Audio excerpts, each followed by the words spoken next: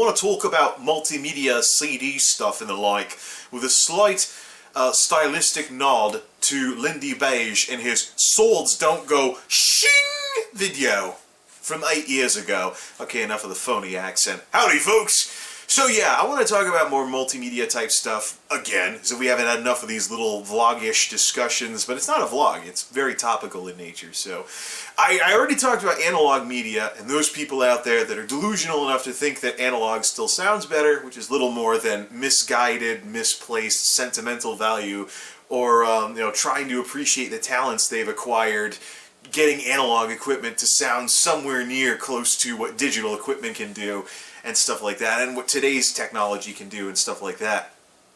Not really video responding to anything today, but since I did have a passing reference to CDs, I figured it's probably best for me to talk about CDs at least once. Now, if you head to a 90s nostalgia website, or you tune into a decades station like Sirius XM 90s on 9, you might run into a reference to CDs. And it's very tempting to try and lump to paint with too broad a brush and assume that folks my age who came of age during the heyday of listening to CDs might have some nostalgia for the good old days and maybe might try to make up excuses as to why CDs are better, still, and and knee-jerk react to allegations floating around out there that CDs are a dying medium, and you'd be absolutely and totally wrong. It's a mixed bag, well, at least most of the time. With myself, I know for certain that CDs can sound better than MP3s, especially if you compress your digital files off your CDs. So, I mean, the term CD quality still means something nowadays. I mean, it started out as an enthusiast format, for crying out loud, and there's still that niche nowadays. I would dare say that now is the time to get into CDs. If you want to start collecting CDs, this is the time to do it. Even if you digitize all of them and listen to them on an MP3 player, like, where'd I stash that thing? Oh yes, by the Athlon processor, of course. This little doodad right here. This is what I would listen to nowadays. I love it. Now, I'm not a total nostalgic for old technology just because I grew up in the heydays of listening to CDs. No moving parts, battery life expressed in a lot more hours than what you could ever get out of AA's in one of these old things. And, you know, it's easy to just load stuff onto it and have fun. If the thing goes dead, you can power it off of your car's cigarette lighter, for crying out loud. You probably could run this off the grid on...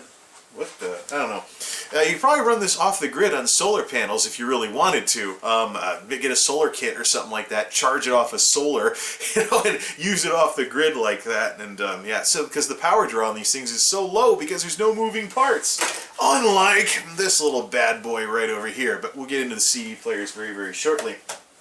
Now, it's true that CDs have a lot of quality in them. And basically, when you buy a CD nowadays, number one, you're not getting ripped off with the prices that existed in the heydays of CDs before MP3s took off.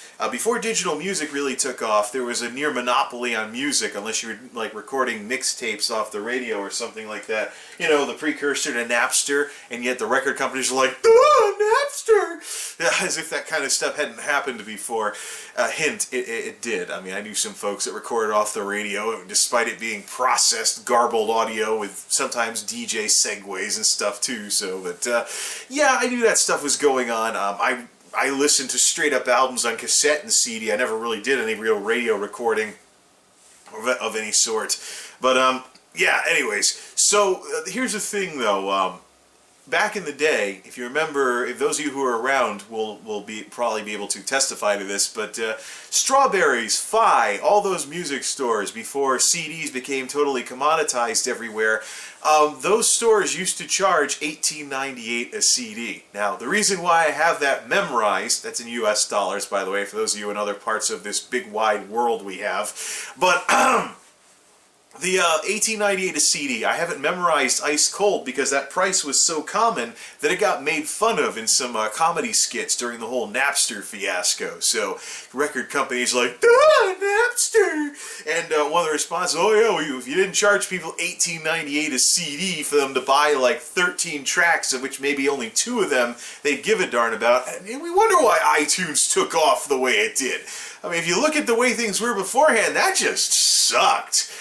And today, the downward pressure, even though digital music has gotten a little too expensive. These 130 tracks out there, if you buy a CD's worth of them, that's a 1990s price. So it's kind of like a sneaky way of bringing back the old pricing model. I gotta test that, see if that's still true nowadays, but I know I certainly went digital music shopping a couple of years ago, you know, when I first wanted to try digital only and bought a few albums digital only, like Vomitron's No Nest for the Wicked, which is a heavy metal remix of various NES themes that I highly recommend. But anyways, Vomitron, No Nest for the Wicked. They're also the people that did that heavy metal Contra remix that floated around mp3.com back in the day. So anyways, but the downward pressure with the digital, despite digital music kind of losing its edge price-wise, the downward pressure has eliminated the days of $18.98 a CD, unless you really, really, really get ripped off. So you go to like Amazon or something like that. You can even do two-way purchasing, where you buy a CD, but you gain access to digital downloads that you can listen to until you get your CD to digitize later. Amazon Auto Rip, 2 thumbs up. That's an awesome idea. But the thing about buying CDs is, if you buy CDs nowadays, even if you never spin the things, first, you're not going to get ripped off with the $18.98 price that those of us who lived during the heydays of the CD had to pay for every single album we wanted to add to our collection. Secondly, free backup media. Yay, if you lose your internet, and plus, you don't have to be stuck with whatever encoding was used on the digital track as technology improves. So, you know, digitization software gets better, you can get a better sounding copy of music you already own instead of having to potentially re-buy it. Still have bits and pieces of that cold that I'm getting over 2 weeks later. Whatever.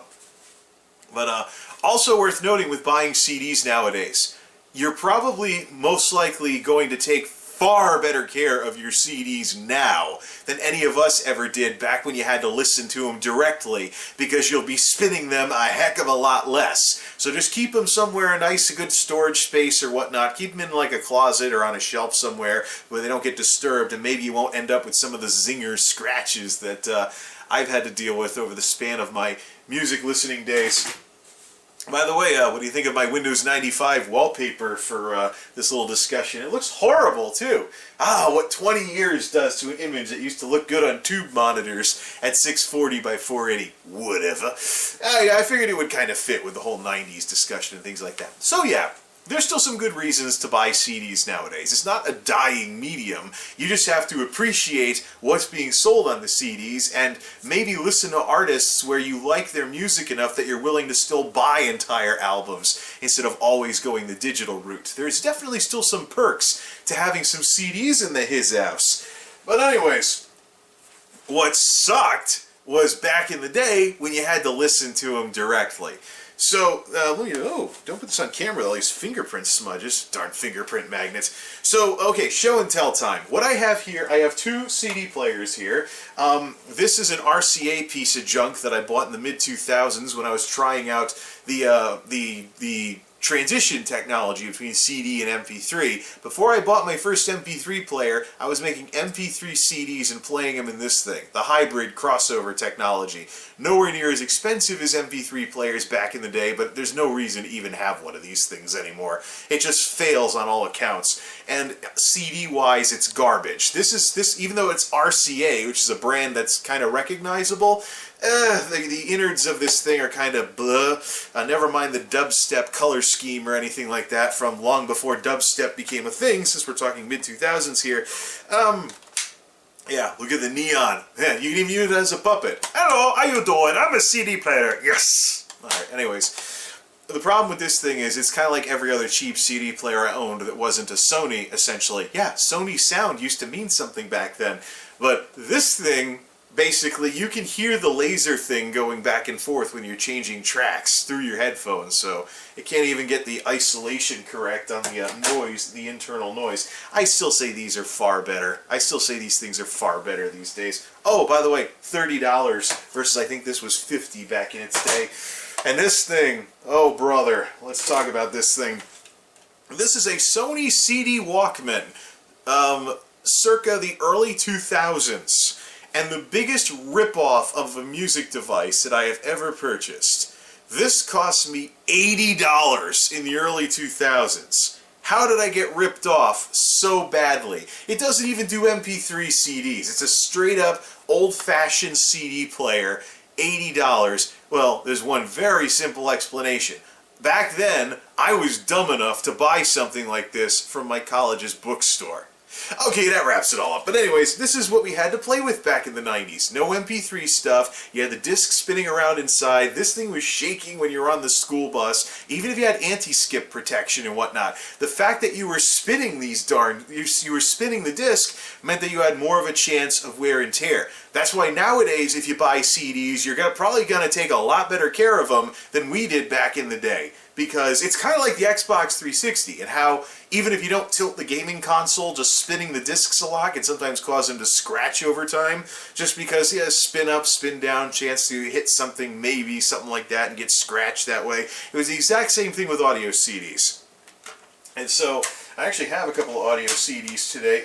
These are all from my upbringing, which was very biased towards evangelical Christianity. So we got WOW 2000, basically the CCM, Contemporary Christian Music, equivalent of Now That's What I Call Music. We got mostly high school era stuff today, although I do have some newer stuff from like newer CDs I bought more recently, like for Led Zeppelin, Nickelback, Van Halen, etc. But I figured why not revert back to the stuff that I used to listen to back in the heydays of CDs. Ooh, this one doubles as a mirror, don't they all? But yeah, I mean, the later generation CD players. Oh, this is gonna suck. These are closed ear headphones too. This is gonna sound really weird. But all right, let's look like the Napster logo here. Can you still hear me? I can barely hear myself now. But so back in the day with these darn things, you know, you'd have this, and I can't do this. Okay, we got to go into DJ mode here before we go firing this up. This is almost stifling. Okay, let's do this. Oh yes, this no. See, these are the only set of headphones that I have where the cups turn sideways. Okay, I give up. We'll just wear them. Okay, so later generation CD players were basically on-the-fly MP3 players. It spun the disc until it read what you were listening to, or the whole disc, and then stopped. But back in the olden days, the thing would be spinning the entire time. And if you didn't have good anti-skip, you might get like, you know, mechanical shock and stuff like that. But the thing is, you got something with a spinning disc in it, it's obviously going to get scratched at some point, even if you have a good player. Even if you try, especially if you try to walk around with it. And of course, what I used to do, and we're going to get very nostalgic here, make sure to put the volume down on this thing too, as I'm still trying to talk at the same time. So I turn it on, you get the beep, you get what you have for tracks, and then turn the volume way down so I can actually still hear myself. So if you can imagine me chilling on the bus back in the day, this is kind of similar material to the things on the seats on the bus. Lock the chair. Yeah, there we go. So I used to hold the thing like a pizza platter, basically, like this, to try and transmit as little mechanical shock of the bus bumping up and down into the player. It wasn't perfect, but it basically, it wasn't perfect. That's the next track. No, stop. How do I pause this thing? Oh, wait, oh, no, it's an auto-resuming player, so if I shut it off, it'll turn back on to where it was. So, but this is how it used to be. You used to hold this and hope that your CD didn't get scratched or skipped too much. And these are better headphones than anything I had when I was trying to block out what was playing on the radio on the school bus. It's also better than a lot of the little earbud things that you see floating around nowadays. But yeah, this is basically the way it used to work. You'd be like this, and maybe we should pose for a thumbnail with this in. Yeah, let's do that before we continue the discussion. Headphones back on, just to be legit. Let's play some stuff here. Play some stuff. Sounds like play some stuff. Oh, yeah, it picked up right where it left off on the song. Alright, let's pose for the, let's just hit that so the screen don't go to sleep. Let's pose for the thumbnail. Okay. But as you can imagine, this was not conducive to taking proper care of your CDs. Especially when you're trying to shuffle them in and out of the cases on the bus. You get one of these dual cases and disc number 2 would fall out. Like that! Yeah, there, see? Whoop, there's disc number 1, there's the other disc. Oh man, .safe filtered internet access blast from the past. Then again, this was 15 years ago. And of course, these were social conservative folks hawking these CDs that didn't want their kids' minds getting polluted, even though it was teenagers listening to this stuff. But let's just say this was not conducive to taking proper care of your music albums. Although the bass boost on this thing made it sound better by making it louder. Sound familiar? Anywho, yeah, that sucked. You want to see an example of how much it sucked? Here is a CD that was like the anthem of the church youth group that I was involved in at the time. DC Talk Jesus Freak.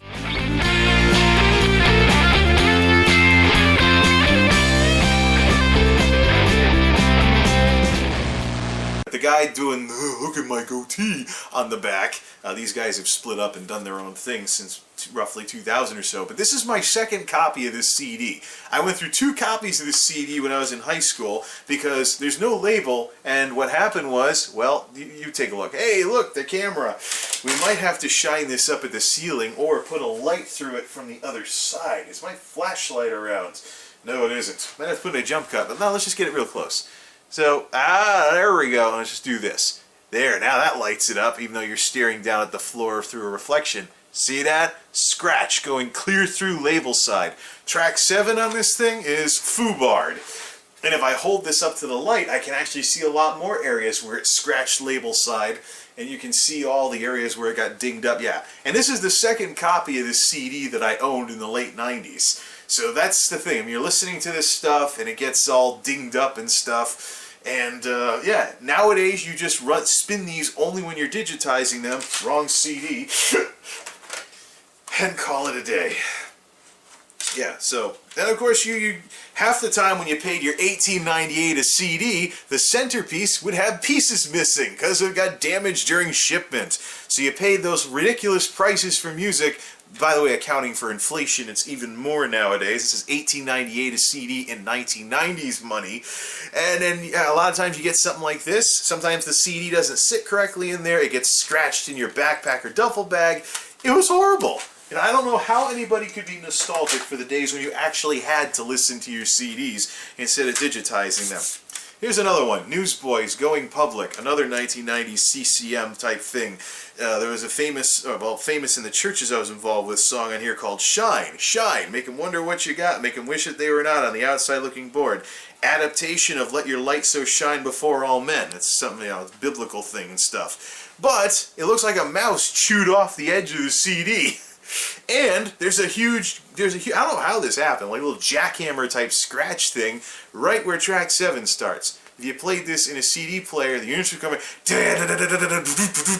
skip and repeat like a bad record, basically. And that's the thing. You were stuck spinning these things all the time. You were stuck spinning these darn things all the time. You put them at risk of scratches and stuff like that. Nowadays, you get a good CD, you get a good DVD drive that can read these things and use error correction and make sure the digitization goes well. And you don't have to worry about any of the hassles of 1990s CD collection anymore. And if you have somebody that took good care of their stuff, you can maybe get something that predates the loudness war. Maybe you can get some stuff that predates the loudness war and sounds, more in line with what the original artist wanted you to listen to, without having to worry about iTunes and things along those lines and stuff like that. Yeah, stuff like that. So, indeed, CDs are far from a dying medium, and today is probably a better. This day and age is probably a far better time to own CDs than ever before, because you're going to take better care of them, because you're just going to digitize them and put them somewhere and listen to them on one of these instead of constantly spinning them in one of these darn things, which, by the way, got worse battery life. And I went through 3 of these. This is the one I got in college. I only legitimately wore out one CD player, the last one that I had in high school, a silver Sony Discman with 40-second anti-skip, again, no MP3 capabilities, but a silver Sony Discman that I used in my junior, senior year of high school to finish off high school with.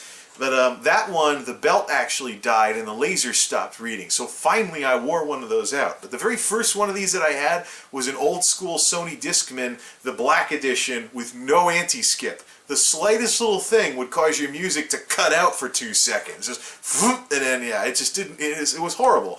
Then the laser died on that one. Well, not the laser didn't die, but it was having trouble. The belt kind of was having trouble staying in one place, so it was having trouble reading and stuff like that. So then someone touched the laser lens, trying to never touch the lens. Someone touched the laser lens, trying to wipe it down with something. Stupid idea. Anyways, I wound up with a white Westinghouse, aka Kmart brand one that was crap. Didn't sound as good. Didn't have as many features for equalizing through my usually COS headphones that I was wearing. I used to wear $20 COS headsets that I pick up from Kmart back in the day. Kmart. Remember Kmart? Actually, they're still around. I visited them the other day, and it's interesting, but that's another discussion entirely. And I may become more of a Kmart person again, at least while they're still around, until the whole company goes belly up. But anyways, that's a completely different discussion. Back to CDs, darn it. So yeah, I had a white Westinghouse one until, you're not going to believe this, the cheap plastic thing that flipped up came off. So what I did was I rigged it so the safety switch was depressed, and I had a CD player with no lid, spinning CDs like a record player in my room. I hooked it up to like some cheap 20-watt amplified speakers, I think Radio Shack or something like that. But yeah, I used to call it my digital record player because it was a portable CD player with no top. And of course, how many times did folks bring one of these to school and then put it through a truck amp and then run it through a subwoofer? So, these things beep when you change tracks, so you can turn it off, of course, but most people left it on because they were like, whatever. So, yeah, so folks would be working on like these big speakers, like whoom, boom, shaking the shop back in my electronics days, and then they change songs, beep, it was just beep, beep, loud ass beep, beep, right through the big subwoofer that they were just shaking the place with a second earlier. It was so annoying, but, oops. Yeah, making this thing screw up again. I turned it on, I was about to say no disc. I think this has some belt problems because it does make a little bit of weird noise if you turn it on. Listen, Oh, there it goes. Listen to that. Yeah, it has some issues. I think it tries about 3 times before it says no disc, right? Or am I about to destroy the thing? It doesn't matter, I don't listen to this thing anymore anyways. I just threw some batteries in it just for today's demonstration. But and even still, they're 15-minute rechargeables, so they actually have higher capacity than any of the alkalines I used to throw in these things back in the day. But yeah, CDs sucked. It's great to own them nowadays because you get basically free backup media. You don't get ripped off for the price of the price anymore because there's downward pressure on prices and stuff like that. Oh wait, we were in the middle of the chronology. Let's finish the chronology first. So I had my little digital record player, then I went to the Silver Discman, which I finished high school with, and that one legitimately wore out. I picked this one up in college, for whatever reason, got royally ripped off, and this will probably be the last portable CD player I ever own, as I have zero use for one of these things anymore. I wouldn't be stupid, even if I wanted to burn my own mix CD in them. It's just a waste of a CD at this point. Just get one of these, put a couple gigs worth of stuff on it, put an SD-ish card in, yeah, micro SD goes there, to put even more music on it, and enjoy yourself. I mean, you get your whole library on one of these, solid state, no moving parts. Even the original iPod had a hard drive in it, for crying out loud. But yeah, this is leagues and leagues better than this ever was. So, yeah, CDs sucked. How did we put up with these things? Now, if you want to get nostalgic about CDs, yeah, CD quality is still a thing, but in terms of listening to CDs, I don't think you want to be using real CD players anymore, unless you've got copies and copies of stuff that you don't mind maybe accidentally scratching up if your deck, by chance, happens to ding a corner or something like that. But yeah. So we talked about tapes and analog stuff earlier. We had to talk about CDs, so I'll talk about this more later on if I want to think of some other things to talk about. But for now, yeah.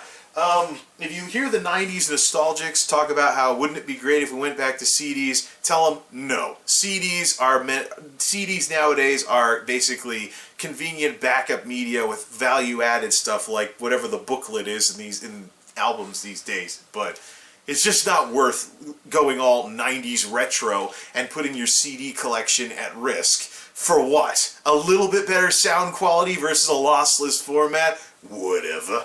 Okay, enough fooling around with CD players. Time for these things to go back in the drawer for however many more years. Well, yeah. Alright. So yeah, I mean, I have, hey, no headphone hair either. That's brilliant.